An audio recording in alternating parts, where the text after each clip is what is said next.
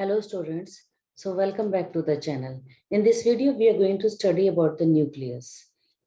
So first see, the nucleus was first observed by Leeuwenhoek and he observed it in the RBC of the salmon fish.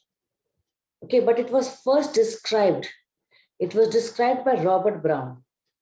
So we say who discovered the nucleus and described it properly?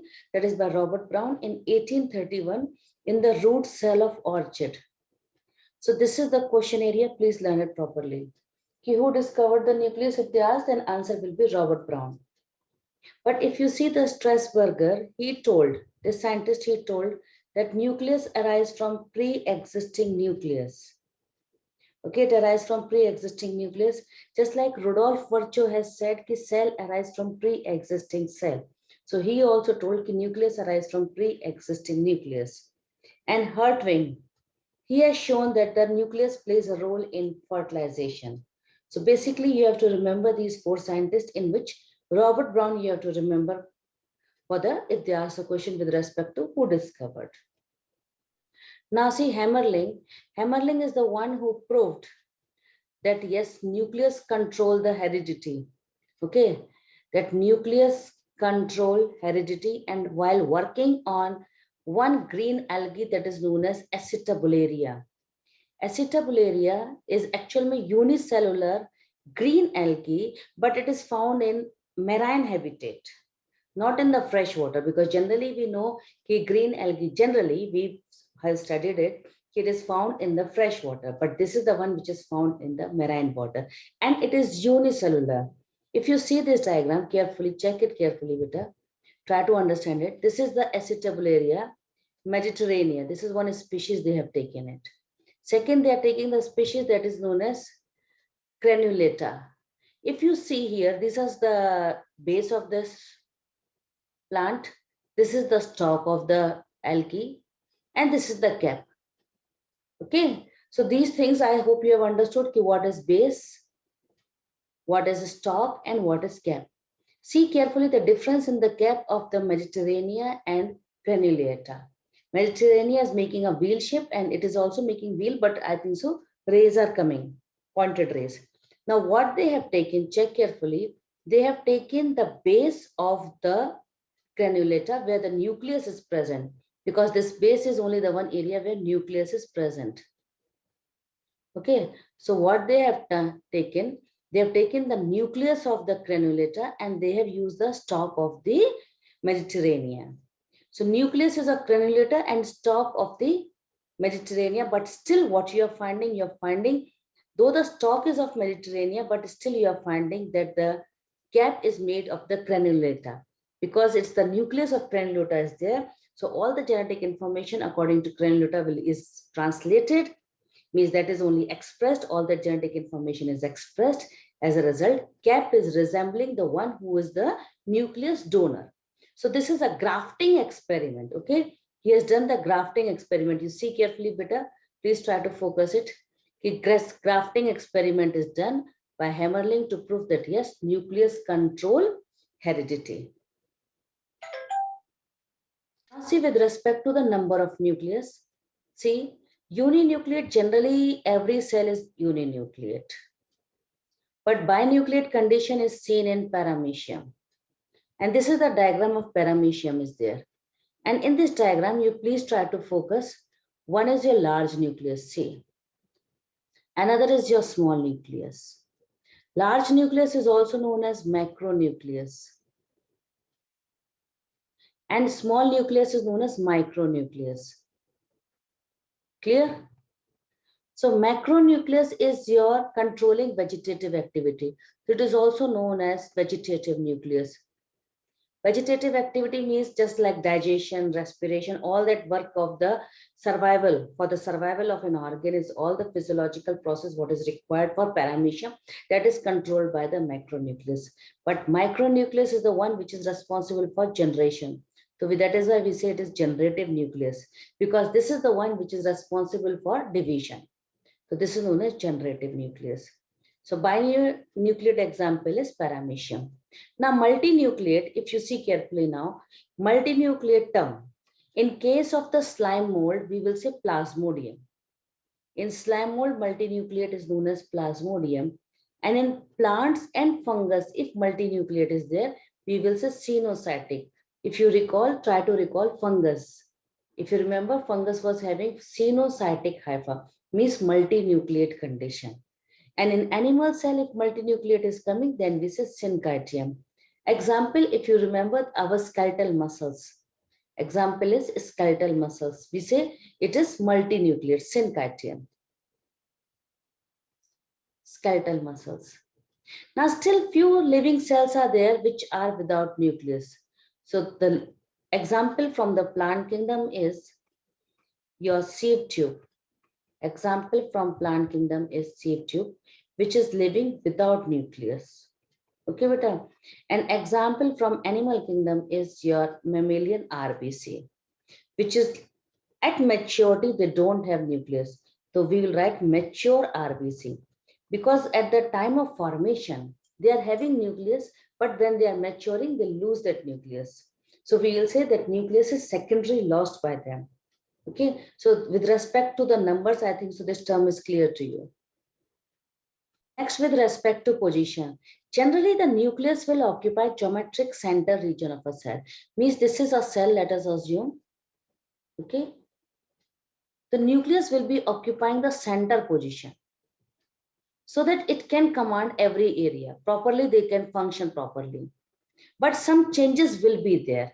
For example, in adipocyte, it is periphery. Adipocyte means a fat storing tissue. It is periphery. Okay, even in the plant cell also, it is at periphery. Nucleus is at periphery. In adipocyte, it is periphery because the central place is occupied by the large fat globule. But in plant cell, it is periphery because the central place is occupied by the vacuole. Okay, now let me show you the diagram. Now see this diagram. This is a diagram of adipocyte. Okay, and if you see in the diagram of adipocyte, you are finding nucleus is at the periphery. This is nucleus, and this is the large fat globule. So nucleus is periphery in adipocyte because of the central large fat globule, but in plant cell, you know, it is periphery because of the large central vacuole. Is it clear? And in Spirogyra,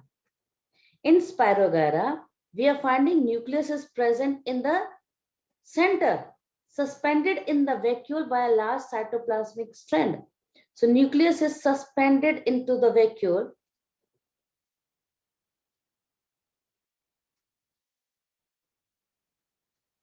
by large cytoplasmic strands.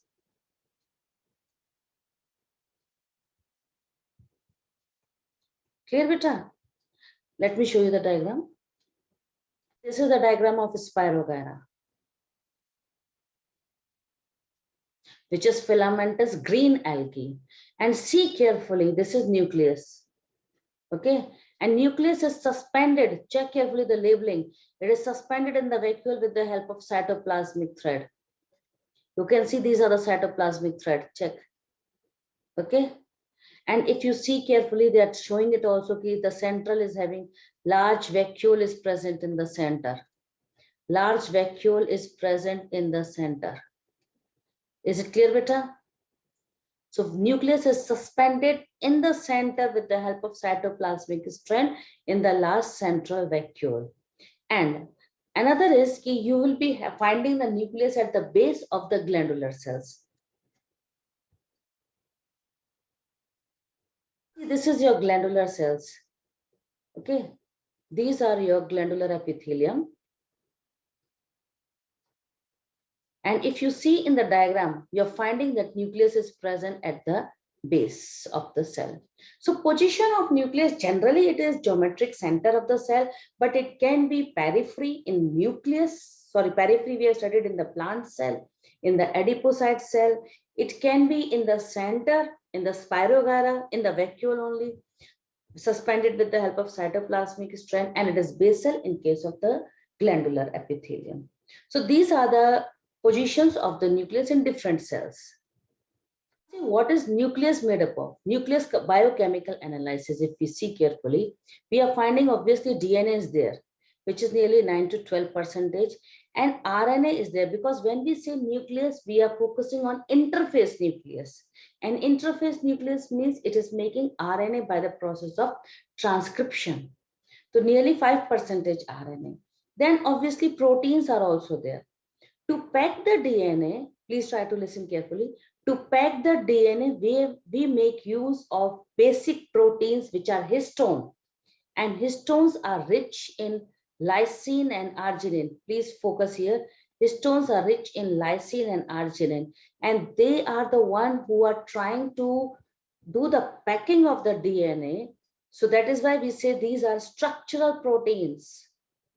Apart from these basic protein, there is acidic protein also, because you want enzyme for replication, you want enzyme for transcription. Okay, these enzymes are required. An enzyme means protein. So obviously few acidic proteins will be there, which are non-histone proteins. And they are the one which are responsible for functioning. So we call that as a functional protein, and they are rich in tyrosine and tryptophan. Apart from this, it contains lipid also 3%, and it contains calcium, magnesium, and manganese. Now, calcium is required. Let me just 1 minute.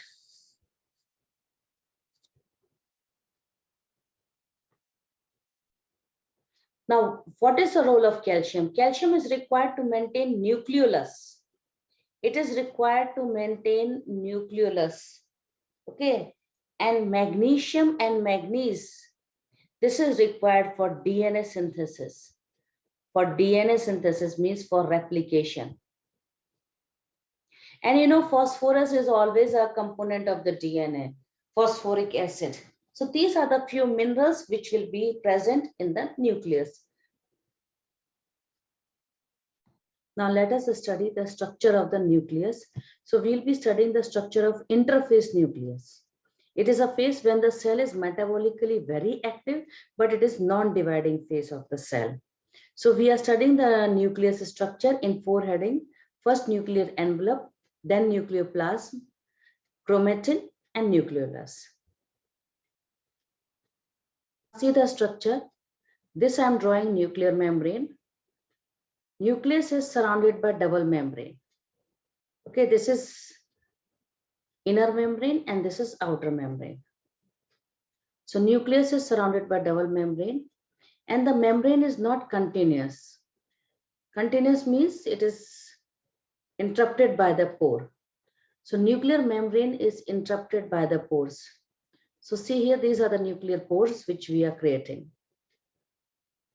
So nuclear membrane is not continuous, interrupted by the pore. And at the pore area, the two membranes are united. This is the way the two membranes are united. Clear, beta? So nucleus is double membrane organelle having outer membrane, inner membrane, and this is the nuclear pore. Okay. This nuclear pore can have either septa. Right now I've drawn the diagram septa, so we'll say septal pore. Or it can have one dense plug. This way one dense plug is present. So we will say pore with plug. Any condition can be there. Or it can have one cylinder like annulated cylinder. So we will say annulated pore. Or sometimes nothing is present and we say this is simple pore. Clear, beta?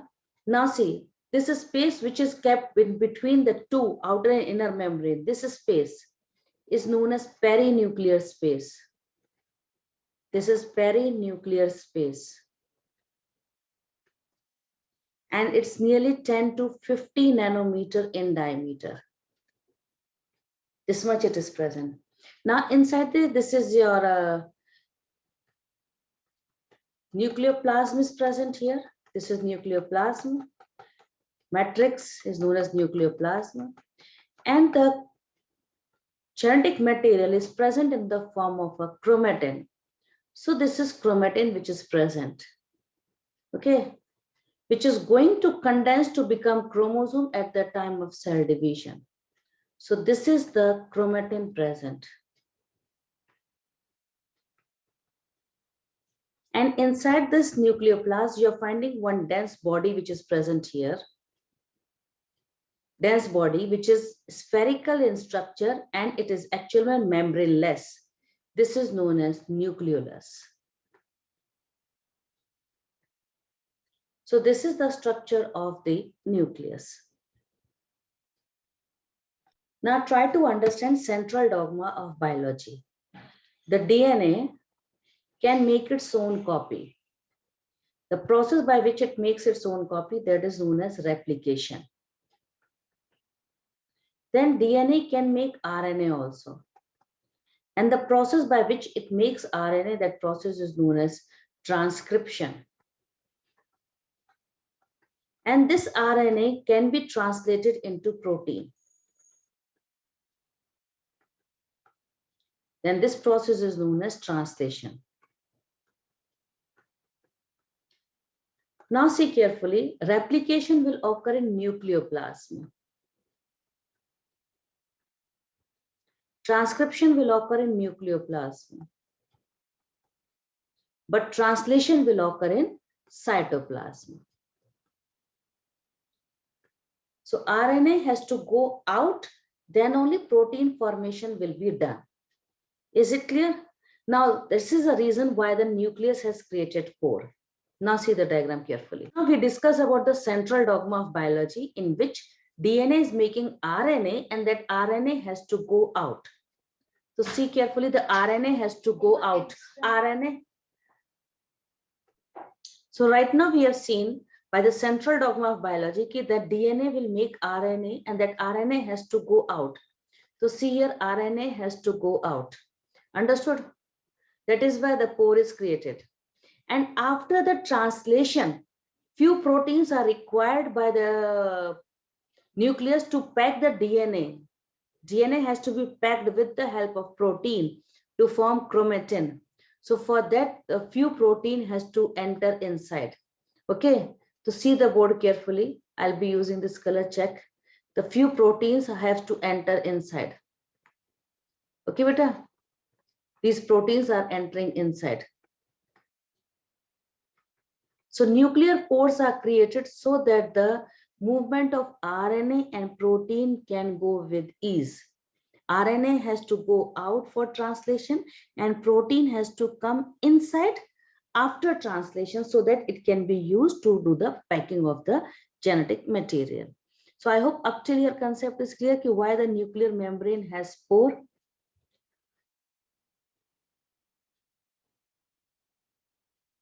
Now see chromatin. This chromatin was identified by Fleming. Chromatin was identified by Fleming, okay, because it can take the stain with the basic dye. Identified by Fleming because it can take the stain with the basic dye. So he gave the term chromatin. He's the one who has given this name also. So named by Fleming only, identified and named by Fleming. Okay, after the stain with the basic dye.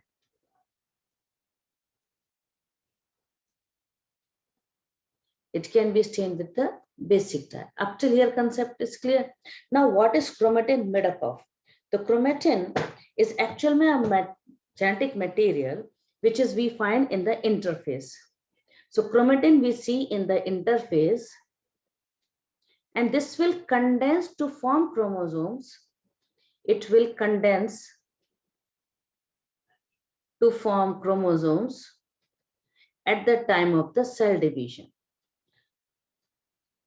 The chromatin is the one who is condensing to form chromosome at the time of cell division.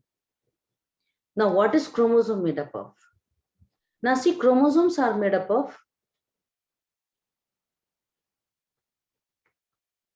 DNA and protein.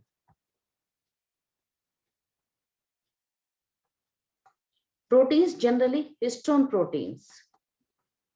Okay, histone proteins are your basic protein. So they are used to pack the DNA to form chromatin, and finally which is condensing to form chromosomes. Up till here, beta, concept is clear. Now types of chromatin. Chromatin can be of two types, heterochromatin and euchromatin.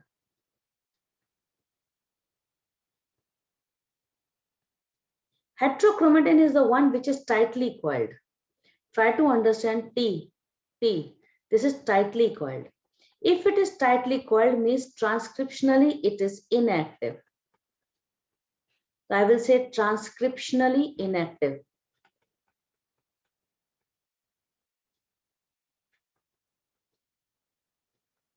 Means it will not make RNA. Is it clear? And this means U means true. So this is your loosely coiled. And this is the one which is ready for transcription. So we will say it is transcriptionally active.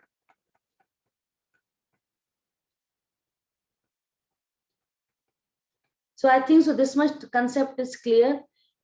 What is chromatin? Chromatin will be condensing to form chromosomes, which is made up of DNA and protein, and they are again of two type. Chromatin are two type, heterochromatin and euchromatin. Now let us discuss about nucleolus. Nucleolus is spherical and it is membraneless structure. It is not surrounded by any membrane, so it is membraneless structure. Clear? And this is the one which is actively involved. It is actively involved in the formation of, in the production, you can say, the formation or production of ribosomal RNA. Please, this word is important, try to understand. Ribosomal RNA are the one which are used to make ribosomes. Okay, so just try to understand here. I'm just deviating the topic. Try to focus here. What is ribosome made up of? Ribosomes are made up of ribosomal RNA and protein. So apply the logic and try to understand.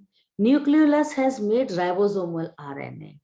Okay, and protein formation is done in the cytoplasm already, will come inside. So few proteins are used by the DNA to pack the genetic material, and few proteins will be combining with ribosomal RNA to form ribosomes. Is it clear? So ribosomes are made by nucleolus. Let's come back again to this diagram only. Nucleolus are the one who are making they will make what? They are the one who are making ribosomal RNA. Okay.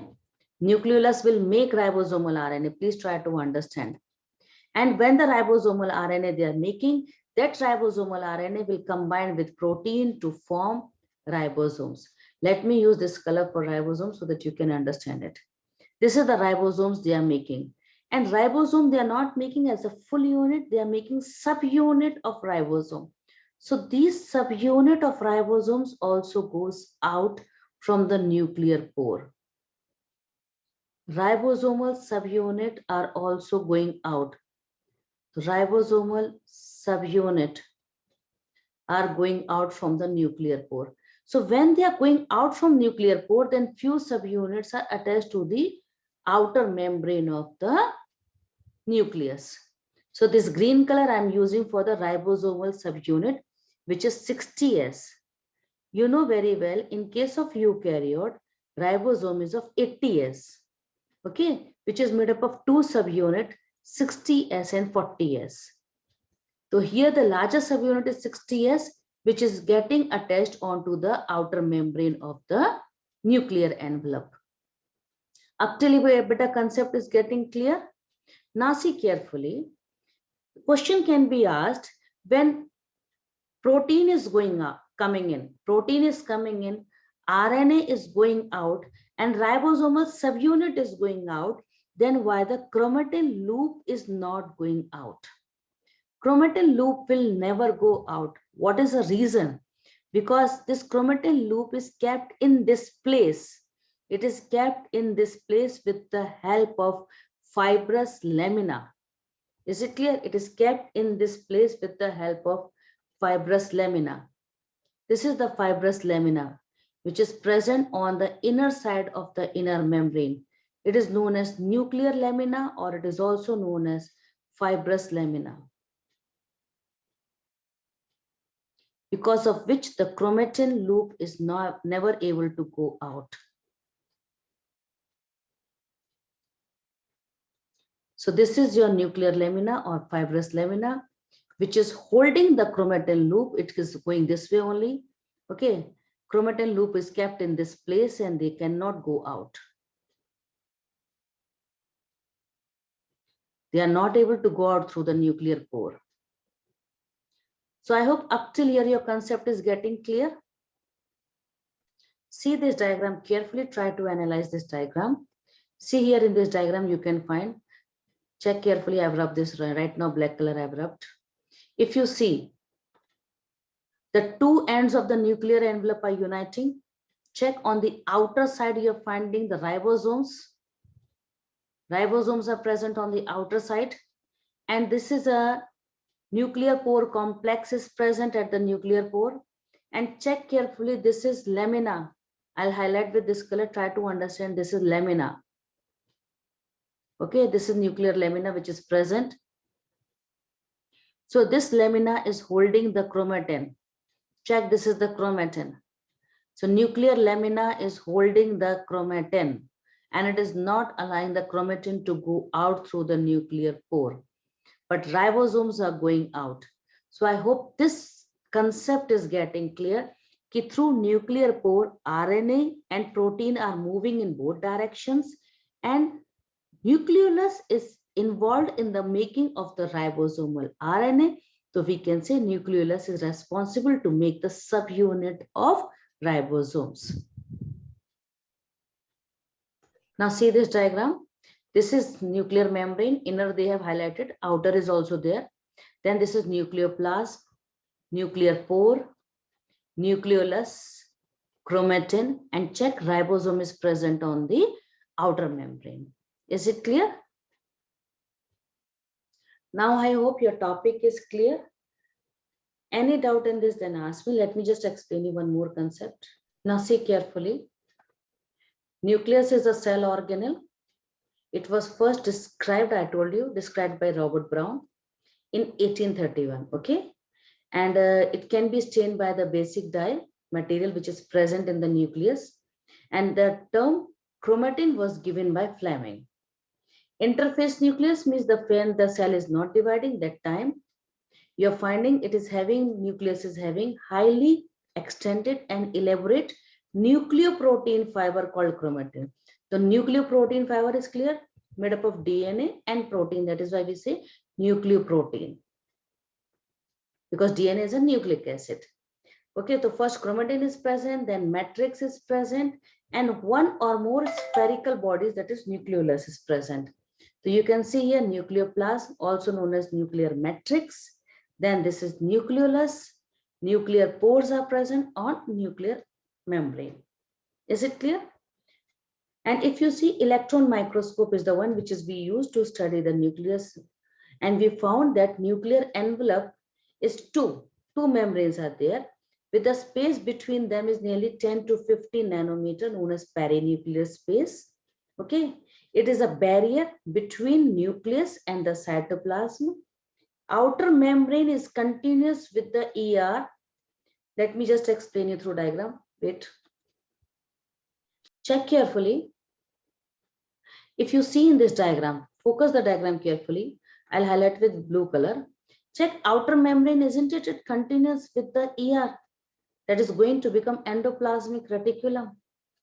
So outer membrane of the nucleus is continuous with the endoplasmic reticulum. And I've already explained you the outer side of outer membrane of the nucleus will have ribosomes. So these ribosome extension is continuously going on that endoplasmic reticulum, which is going to behave as a rough ER. So I think it's clear now. The outer membrane usually remain continuous with the ER and also bear ribosomes. At places, nuclear envelope is interrupted by pore, which is formed by the fusion of its two membrane only. These pores are the passage through which movement of RNA and protein molecule take place. This already I've explained you through central dogma of biology. Normally, there is only one nucleus per cell, but variation can be there. This we have already discussed. It can be binucleate, it can be multinucleate also. Then they are asking, can you tell which is having more than one nucleus? You know very well, it will be paramecium, which is binucleate. Your skeletal muscles will be multinucleate. Okay. And some mature cell lack even nucleus. Example is RBC of many mammals and sieve tube of vascular plant. Vascular plant means your angiosperms, okay, angiosperms. So they are still called living. We call them living. Why? Because they are having the protoplasm. Is it clear? That is the reason why we call them living. Now, matrix is also known as nucleoplast, which contain nucleolus and chromatin. Nucleolus are spherical structure, again question area, which are present. Please highlight all these questions area. They are spherical structures. Okay. And it is not bound by any membrane. It is a site for active ribosomal RNA synthesis. So can we say now that nucleolus is ribosome factory? Nucleolus makes ribosome. Is it clear? I hope up till your topic is clear. And more nucleus will be nucleoli. More and more nucleoli will be present in the cell if it carries out protein synthesis, because one nucleus can have more than one nucleoli depending upon the cell is actively involved in protein synthesis or not. Clear? Then see chromatin. Interphase nucleus has loose, very indistinct network of nucleoprotein fiber called chromatin, but at the time of cell division, they form chromosomes. You will find chromosome in place of nucleus. This is again question area. At the time of cell division, you are finding chromosome in place of nucleus. Chromatin is made up of DNA and some basic protein called histones. Okay. So chromatin is made up of DNA, it is made up of basic protein histones and some non-histone protein also, and also RNA, which I've tried to explain you by giving you biochemical analysis. Is it clear? A single human cell, one human cell is having nearly 2 meter long DNA, which is distributed in its 46 chromosomes, means 23 pairs. Packing we'll be studying in the 12th class. That is why I have not started this topic. So I hope up till here your nucleus topic is clear to you. Thanks for watching.